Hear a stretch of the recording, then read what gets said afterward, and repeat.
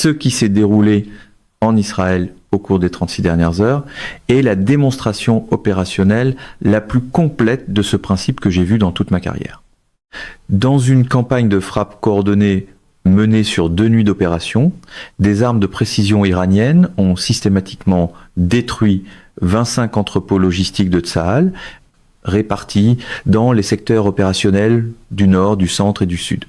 500 000 obus d'artillerie représentaient la réserve de munitions accumulées qui devait soutenir les opérations terrestres israéliennes pendant des mois.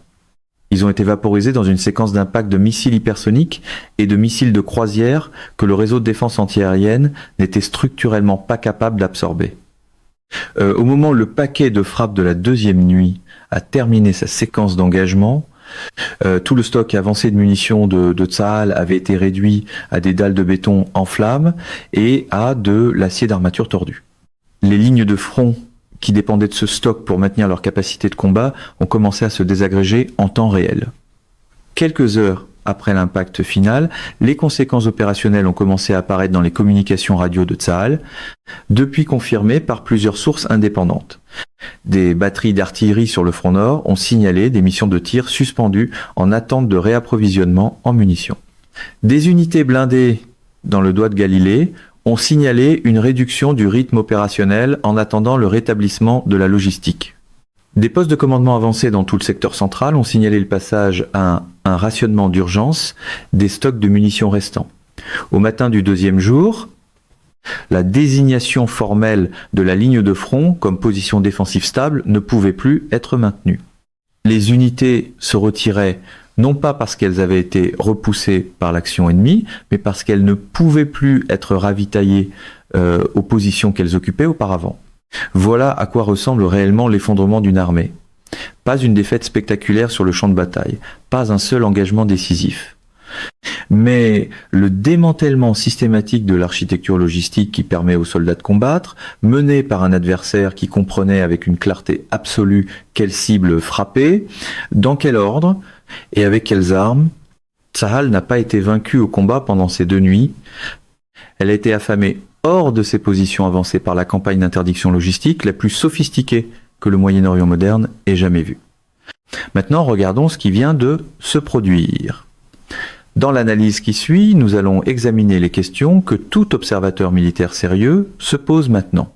Comment 25 frappes ciblées avec précision ont-elles pu détruire toute la réserve avancée de munitions de l'une des armées les plus lourdement défendues au monde ? Et que révèle la séquence de ciblage sur la pénétration iranienne du renseignement dans la logistique de Tsahal ? Quelles armes ont été utilisées ? Pourquoi le réseau défensif était-il structurellement incapable de les intercepter ? Et que nous dit l'emploi opérationnel de ces armes sur l'évolution de la doctrine de frappe iranienne ? Pourquoi Washington n'a-t-il pas anticipé ou empêché cette campagne ? Et que révèle la réponse du Pentagone ou son absence de réponse sur les limites de la projection de puissance américaine. Et lorsqu'une armée perd 500 000 obus d'artillerie dans un seul cycle opérationnel, où vont réellement les lignes de front à partir de là ? La précision du ciblage dans cette campagne est ce qui la distingue de tout ce qui avait été exécuté auparavant dans le conflit actuel. 25 entrepôts dans 3 secteurs opérationnels, ce n'est pas un chiffre qui découle d'un bombardement à effet de zone ou de frappe de saturation lancé au hasard. C'est le résultat précis d'une base de données de ciblage qui a identifié chaque structure individuelle, confirmé sa fonction opérationnelle, l'a priorisé dans la séquence globale de frappe, puis lui a assigné l'arme appropriée selon ses caractéristiques de construction. Ce genre de discipline de ciblage reflète un effort de collecte de renseignements qui opère contre l'infrastructure logistique israélienne depuis des années. La première nuit opérationnelle s'est concentrée sur les secteurs nord et central. 12 entrepôts ont été frappés simultanément dans une fenêtre d'environ 80 minutes. La sélection a donné la priorité aux installations soutenant le front de Galilée et aux dépôts de réserve centraux qui alimentaient à la fois les besoins opérationnels du nord et du centre. Parmi les cibles confirmées figuraient 3 installations principales de stockage de munitions à la base logistique de Tsahal de Man Srifin, 4 zones avancées de stockage de munitions réparties dans la vallée de Jezreel et 5 centres régionaux de réapprovisionnement qui soutenaient le rythme opérationnel des forces déployées face aux positions du Hezbollah à la frontière libanaise. La séquence de frappe à Ma'an Srifin mérite une attention particulière parce qu'elle illustre la sophistication opérationnelle de la campagne. La base contient plusieurs structures de stockage de munitions de types de construction différents. Certaines sont des bunkers en béton durci conçus pour survivre à une attaque conventionnelle. D'autres sont des structures préfabriquées plus légères utilisées pour des catégories de munitions à rotation plus élevées. Le ciblage iranien a adapté le type d'arme à la cible structurelle.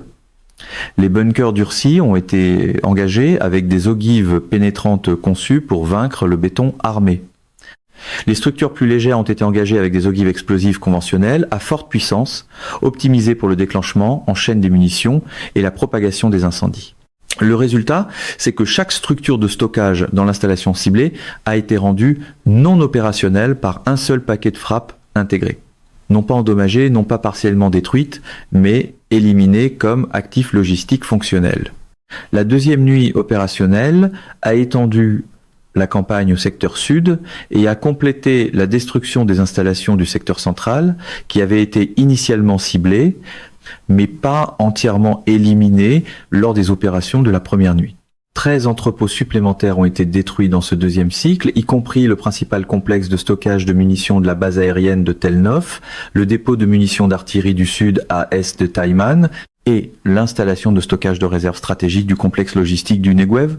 À la conclusion de la deuxième nuit opérationnelle, toute l'infrastructure avancée et intermédiaire de réserve de munitions de Tsahal avait été systématiquement détruite, pas sélectivement dégradée, pas partiellement compromise. Elle a été éliminée comme réseau logistique militaire fonctionnel. Le chiffre de 500 000 obus d'artillerie cité comme total détruit est lui-même une estimation prudente. Il tient compte de l'inventaire confirmé dans les installations détruites selon les évaluations du renseignement avant les frappes.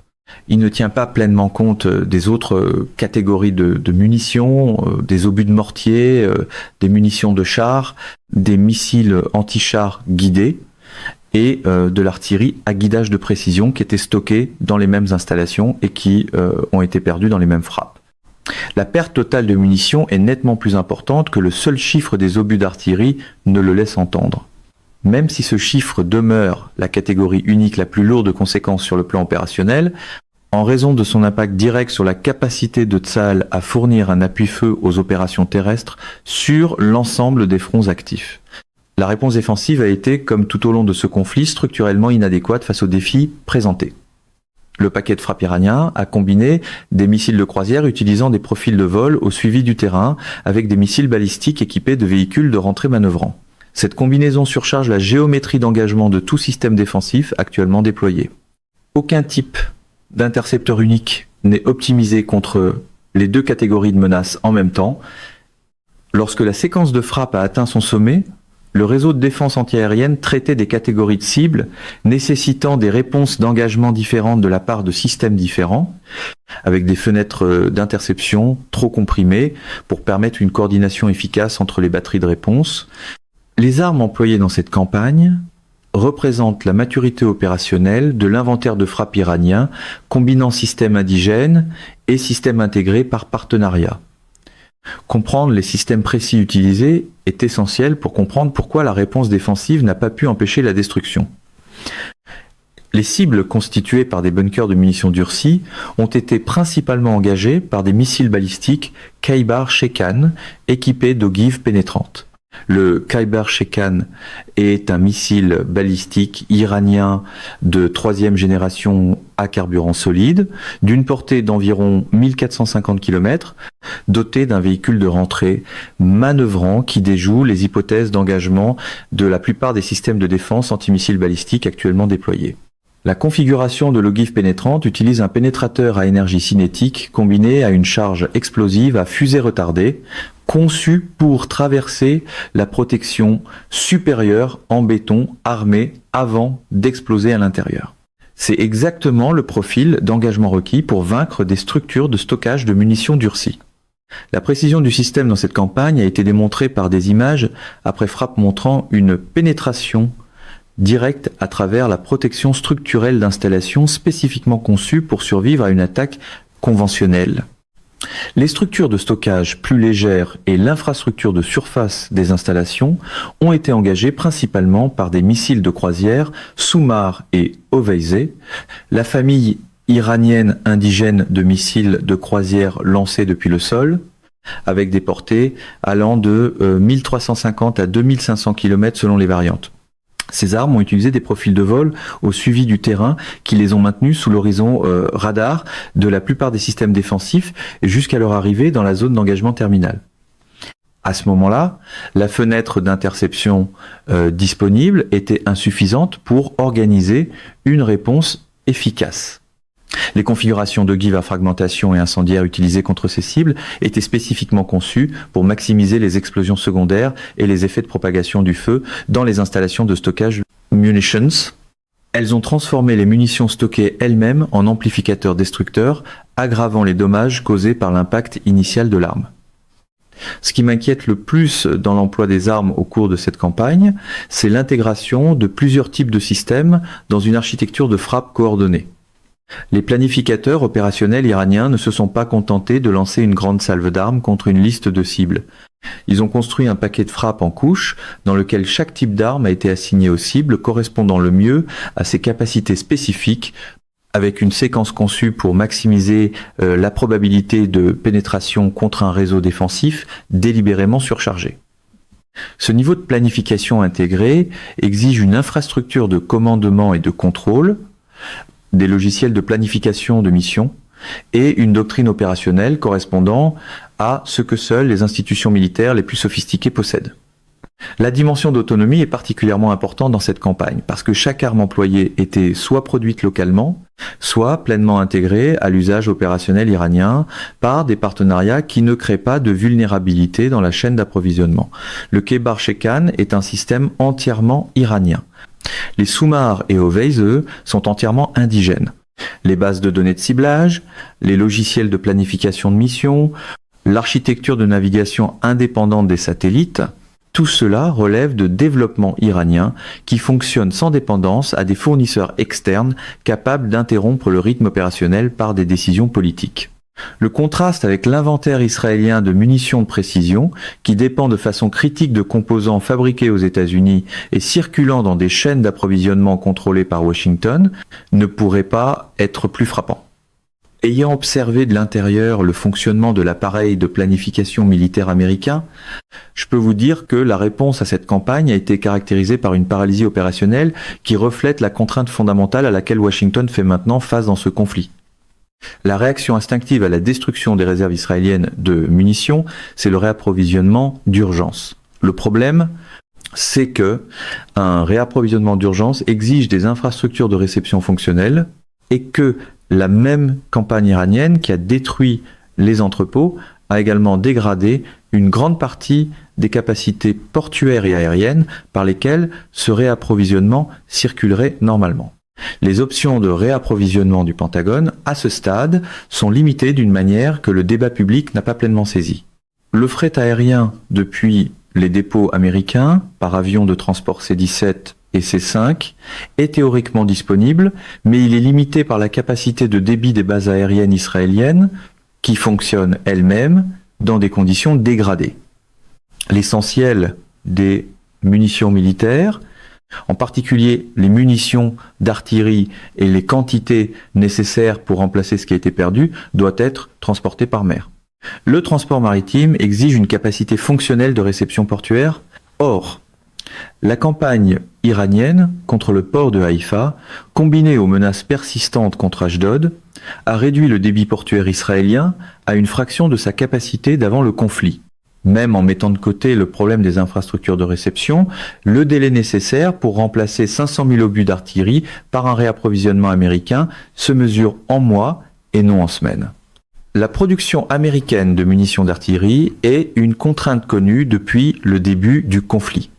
Les taux de production jugés adéquats pour la planification en temps de paix se sont révélés insuffisants pour soutenir simultanément les besoins opérationnels ukrainiens et les besoins israéliens de réapprovisionnement d'urgence.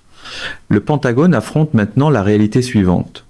Il n'existe aucun stock disponible à partir duquel 1,5 million d'obus d'artillerie pourrait être transféré vers Israël dans un délai empêchant les conséquences opérationnelles de la pénurie actuelle de se traduire par un effondrement du front. À Washington, la conversation est passée de la question de savoir comment renverser la situation à celle de savoir comment en gérer les conséquences. Ce basculement, selon mon évaluation professionnelle, marque le développement stratégique le plus important de tout ce cycle de conflit. Quand la réponse institutionnelle passe de la restauration au contrôle des dommages, la reconnaissance sous-jacente est que la situation ne peut pas être établie, seulement gérée. Les responsables politiques américains sont maintenant engagés dans un débat interne difficile sur le niveau de dégradation de la capacité opérationnelle israélienne qui peut être acceptée et sur les implications régionales lorsque cette capacité dégradée deviendra opérationnellement visible pour d'autres acteurs qui observent attentivement. Ce que cette campagne a exposé avec une clarté particulière, c'est la différence structurelle entre un système d'approvisionnement militaire fondé sur la production indigène et un système fondé sur le soutien importé. L'architecture logistique d'Israël a été conçue autour de l'hypothèse d'un réapprovisionnement continu, sûr et fiable depuis les fabricants américains, à travers des chaînes d'approvisionnement contrôlées par les États-Unis. Cette hypothèse était raisonnable en temps de paix et a été validée à plusieurs reprises au fil de décennies de besoins opérationnels limités. Elle échoue maintenant parce qu'elle ne tenait pas compte de ce qui se produit lorsque le besoin de réapprovisionnement dépasse la capacité de production du pays fournisseur ou lorsque l'infrastructure de réception est elle-même attaquée. L'architecture logistique de l'Iran est l'inverse de ce modèle dans toutes ses dimensions. La production indigène d'armes, de munitions et de consommables militaires signifie que le rythme opérationnel n'est limité que par la capacité industrielle nationale et non par les décisions politiques de fournisseurs étrangers. La chaîne d'approvisionnement passe par des installations et des routes que l'Iran contrôle directement. Les composants, les matériaux et l'expertise technique nécessaires au maintien des opérations sont disponibles à l'intérieur du pays. L'Iran peut soutenir la campagne qu'il mène actuellement aussi longtemps que ses objectifs stratégiques l'exigent, parce que rien dans sa situation d'approvisionnement ne dépend d'acteurs pouvant retenir leur soutien. Le contraste entre ces deux modèles se joue maintenant en temps réel sur le terrain. Les unités iraniennes d'artillerie et de missiles rechargent et se préparent à des opérations de suivi. Les batteries d'artillerie israéliennes rationnent les munitions restantes et attendent un réapprovisionnement qui ne peut pas arriver en quantité suffisante dans le délai nécessaire. La sophistication technique des systèmes d'armes israéliens, et ils demeurent réellement sophistiqués selon toute mesure objective, ne compense pas l'absence de munitions à tirer. Une pièce d'artillerie moderne sans obus est un artefact métallurgique, c'est pas une arme. La dimension de la volonté, dans ce contraste, mérite d'être reconnue directement. Les forces iraniennes soutiennent ce rythme opérationnel parce qu'elles combattent pour ce que leur direction et leur population reconnaissent comme un intérêt national déterminant l'affirmation d'une capacité souveraine face à une alliance qui a passé des décennies à tenter de nier précisément cette capacité. Cette motivation produit la discipline institutionnelle nécessaire pour planifier, exécuter et soutenir des opérations d'une telle complexité.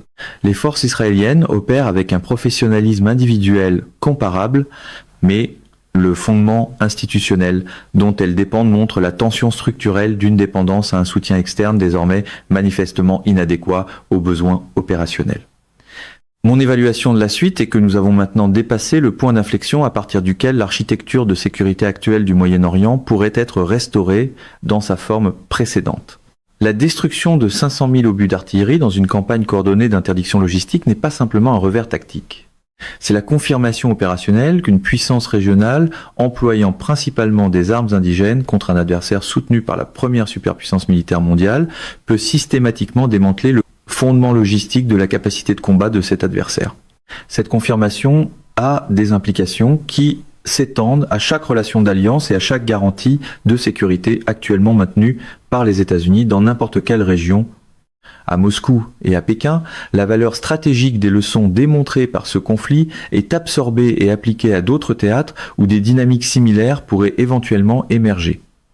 La relation russo-iranienne a été validée comme modèle de partenariat stratégique, produisant des résultats opérationnels sans exiger de confrontation directe entre grandes puissances.